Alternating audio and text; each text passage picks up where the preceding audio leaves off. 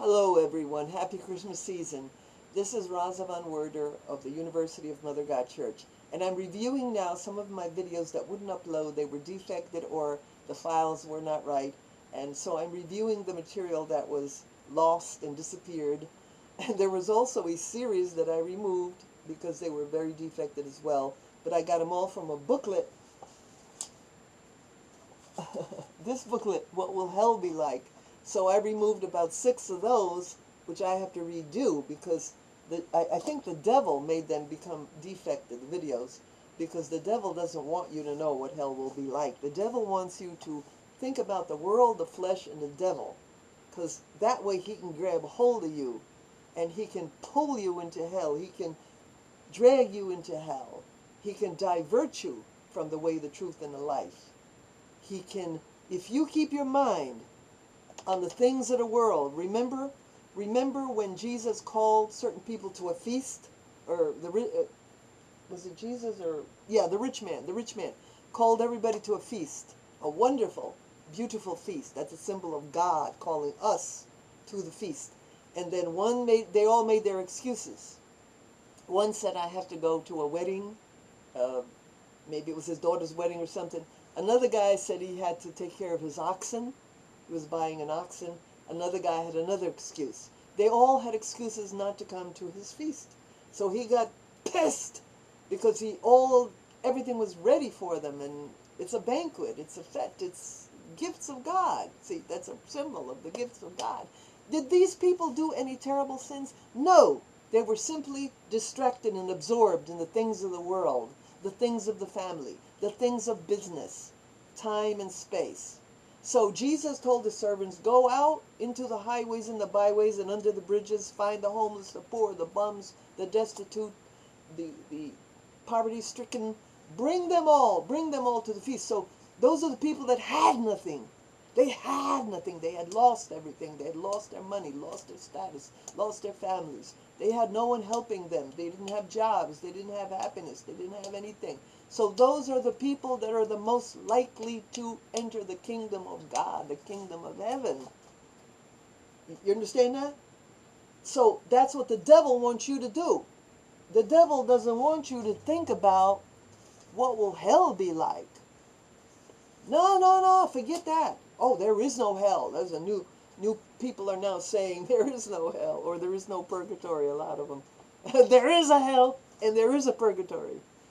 So you have to beware of the opposite of heaven, the opposite of being with God. What is it? Why is it?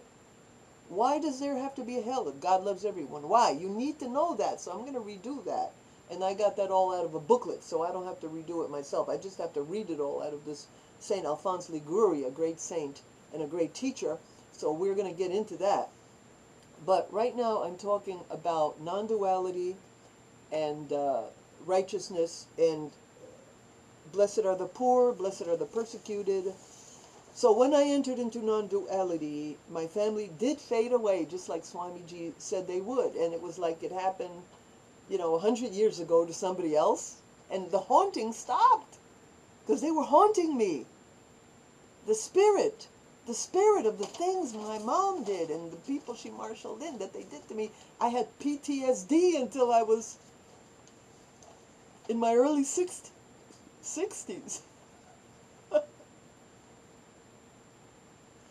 I stopped penitential sufferings because they weren't necessary. Why were they not necessary? Because I had already died. I was already martyred. You don't have to keep being martyred again and again and again. How many times did Jesus have to suffer the cross and the passion and the scourging? How many times? Once. One time. He went through it and he said, it is finished. And it's the same thing with us. If you truly go on the path of renunciation and you truly are martyred, as the saints were, as all the saints were, it is finished. So that's what Swami G was telling me. She didn't say it in those words. She wasn't smart enough in the Catholic Christian teaching to tell me, it is finished, Raza. She didn't say that. She just kept saying, stop suffering. And I felt like she was giving me the wrong doctrine because I didn't know any other doctrine, and she didn't quite explain it the way I could get it at the time. I'm not blaming her. It was me. I couldn't get it. Okay, so she said you don't need to pray anymore, so I flipped out on that one. Flipped out. I go, that I don't get at all. How could you stop praying? So I said, Jesus prayed. Said, Our Father who art in heaven, hallowed be. Didn't he give us the prayer? Didn't he go up into the mountain for 40 days and 40 nights praying and fasting? She said he was an exception. He was different. He was blah, blah, blah, blah, blah, blah, blah. That's not a correct answer. I can give you the correct answer now that I've been in non-duality for like almost 10 years. So once you reach that state, you don't have to do anything. People now, I come up, they tell me their stories. Like recently, one lady told me about a man that was plaguing her and bothering her. She ran a small business, and this man was plaguing her and bothering her, and her husband just laughed and wouldn't do anything. And then next door to her was another lady with another small business, and her granddaughter was having a severe, little child, still nursing, was having a severe stomach problem. They were going to do surgery on the baby's stomach and put a tube in the stomach.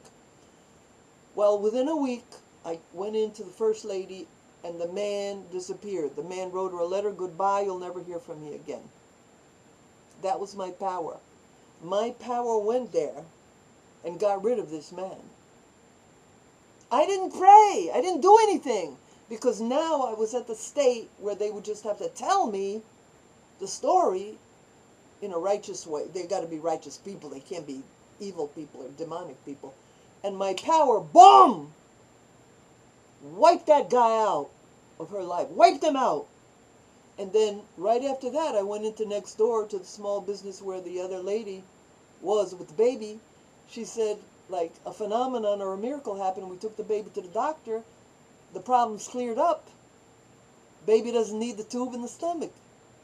That was, again, I didn't pray. It was just automatic. You get to a certain level, bang! It's like they touched the hem of Jesus' garment. The woman with the issue of blood touched the hem of Jesus' garment. And the blood, I meant to say the faith healing power went into her from him. He says, who touched me? He didn't even pray. He didn't do anything. He didn't say anything. It was automatic. So that's when you get to a level of non-duality, it's a level of power. It's a level of being one with God, of being holy, of being empowered by God. Zoom! That power just goes from you. Zoom! Zoom! Zoom! It just goes to you, to those of faith and righteousness. So that's being in non-duality. Things like that also happened before, but this was like more forceful, more immediate, quicker, faster, stronger. By the way, I have 3 guardian angels. There's a lady on this YouTube, Lorna Byrne. And after I talked about her on my YouTubes, I suddenly started to see little feathers. I talked about her because I was upset with her because she doesn't believe in purgatory and hell. So I did mention that, although I love her vision of angels and her understanding of angels. That's fantastic. But she says the angels never taught her about purgatory and hell, so she doesn't think it exists. So I took issue with that. But after that, I saw these little, she said that whenever I don't know, something to do with her, you're going to see little feathers, which are a symbol of angels. And I saw like 3 different feathers within a week after I talked about her. So, you know, everybody has their own niche. But to me, she's not an expert in doctrine and theology. But she does have a fabulous niche. But to go on about angels, I have 3 guardian angels. When I was in California, I was there during the earthquake of 1967. And I was with a friend, and I got into my white Corvette, and we wanted to leave the LA area. I think we drove in the exact direction where the earthquake actually was. I think we drove closer to the earthquake than further away. But we were spooked out in Los Angeles and Hollywood, and we drove. I drove the Corvette for about 2 or 3 or 4 hours. I can't remember. It was so long ago. It was hours. Drove. Then he and I got very, very tired, and we stopped by an orchard, like an orange tree orchard. It was kind of like in a semi-desert, which is what California is anyway, Southern California. We stopped in a semi-desert, and we lay down to sleep. He was over there to the right, and I was over here. And I was looking up into the sky, and there were 3 orbs of light. They were about 30 feet across, and they were about, I don't know, 40 feet up. I'm not sure how far up, but they were very huge. And there were 3 of them. I thought they were flying saucers. And I kept just staring, and I said to the guy, look up, do you see what I see? And he looked up, he said, yes. I had no idea what it was. No idea. Years later, I had this very religious, holy disciple boy. He was only 16. He was sleeping in my living room. And I was in my little bedroom at the time, and there was no door. And where he slept, he could see inside my door while I slept. And later he told me he saw 3 balls of light. He said, those are your guardian angels. Now, I didn't know that. I did, but he was very aware. He was a boy. He was Chinese and English, half Chinese, half English. Very, very brilliant, genius boy. Very spiritual, wonderful boy.